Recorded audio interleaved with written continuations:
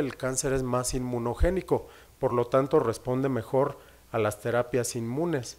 El mejor, según este estudio, el cáncer hematológico más inmunogénico es el linfoma difuso de células grandes, pero viene seguido un poquito abajito por mieloma múltiple, y ya otros son menos, vean, leucemia linfocítica crónica y leucemia mieloblástica aguda, de tal forma que mieloma no está tan mal como para probar terapias inmunológicas. Y en los últimos años hemos sido testigos del progreso en la oncología, como por ejemplo los pacientes con melanoma ya no mueren en 1 o 2 años, sino la supervivencia de estos enfermos ha mejorado muchísimo. Y esto, como ustedes saben, también se explica por esto. Para que exista la presentación antigénica por parte de la célula dendrítica al linfocito T efector, pues se requiere, como ustedes ya saben, el receptor de célula T por parte de la célula T y la expresión del complejo mayor de histocompatibilidad por parte de la célula dendrítica en este caso. Hay también receptores y ligandos que están señalados con un signo positivo que favorecen el fenómeno inmunológico, es decir, favorecen que la célula dendrítica le presente antígenos al linfocito T y éste prolifere y forme una respuesta inmune. Pero vean cómo también al mismo tiempo hay ligandos y receptores que están señalados con un signo negativo y estos se encargan de frenar este proceso. De tal forma que en cáncer queremos que los que están marcados con el signo positivo funcionen más y los que están marcados con el signo negativo no funcionen porque son los que nos inhiben al linfocito T o a la célula natural killer. Y esto es lo que se ha hecho. No solo estos moléculas inhibidoras que están marcadas con signo negativo no son las únicas. Las moléculas inhibidoras son muchísimas. Claro, las más importantes son CTLA4, PD1, PDL1, son en las que se ha centrado el tratamiento de los famosos inhibidores de checkpoints, pero vean ustedes cómo hay más sitios de acción similares para poder actuar inmunológicamente. Aquí tienen algunos anticuerpos monoclonales que están dirigidos contra esa molécula y de esta forma inhiben el freno que tiene el linfocito T para poder destruir a una célula tumoral. Pero estas moléculas, por ejemplo, PD1 es muy interesante.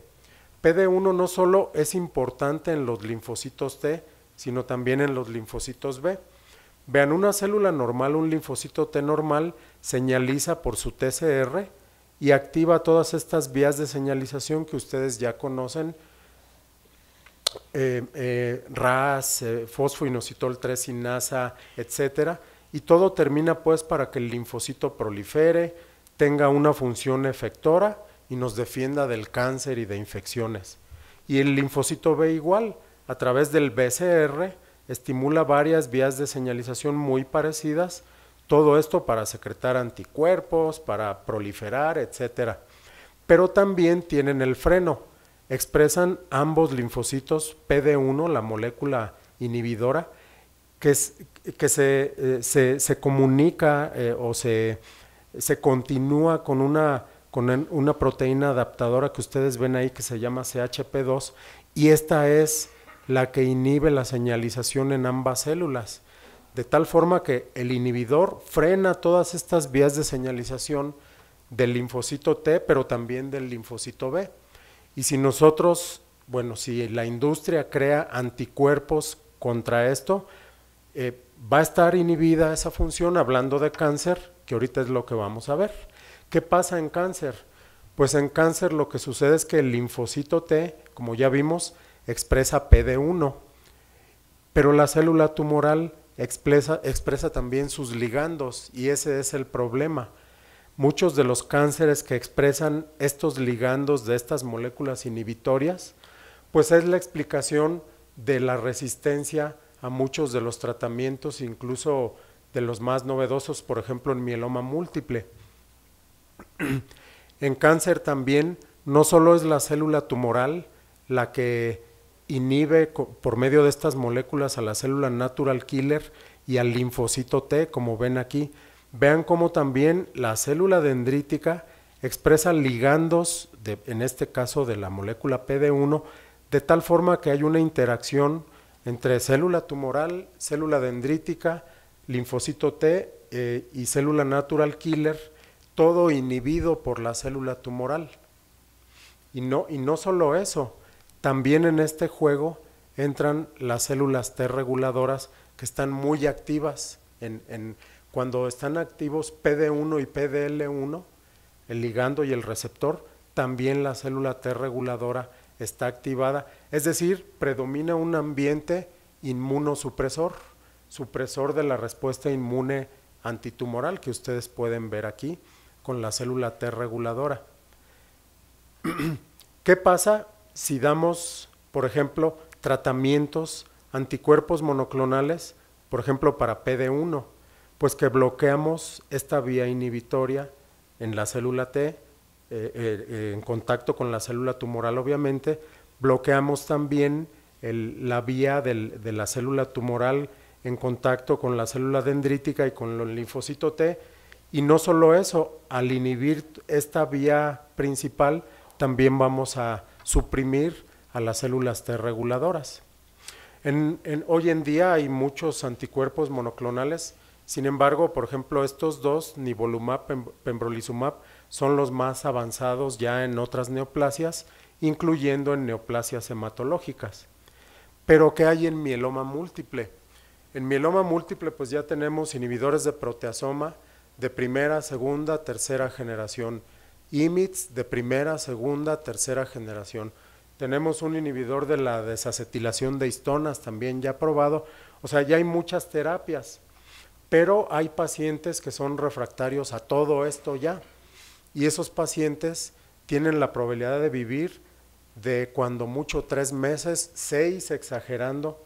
Y por ejemplo el doctor Ocio en España, que todos ustedes conocen, describió hace años ya, con el doctor San Miguel, que los pacientes con mieloma múltiple en sus linfocitos T, CD4 y CD8, sobre todo los que tienen recaída, o los que tienen la enfermedad residual mínima considerable, vean cómo expresan estas moléculas, el PD1 sobre todo.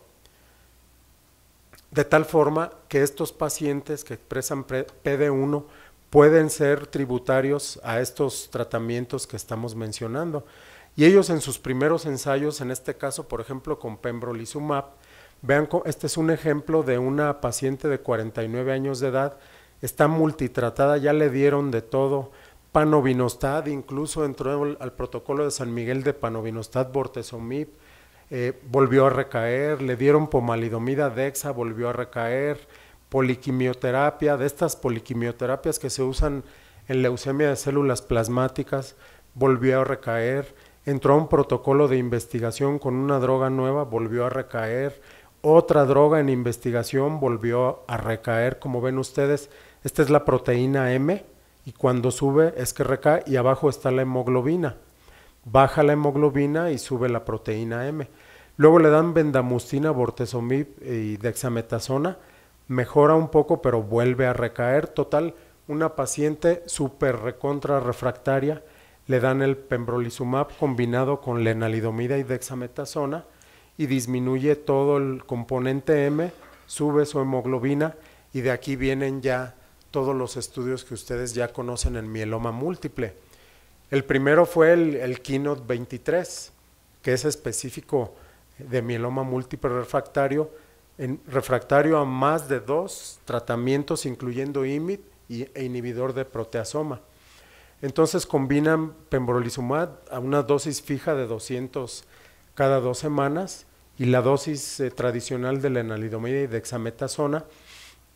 Y en un inicio, esto se planeó se reportó el inicio desde ASH de 2015, pero ya en los estudios posteriores actualizados, vean cómo ya la dosis final de pembrolizumab fue 200 miligramos cada 2 semanas, y en el análisis que se hizo en ASCO del año pasado, ya en 51 enfermos, ya se veían algunos resultados bastante interesantes. Estas son las características de los enfermos. Vean cómo casi todos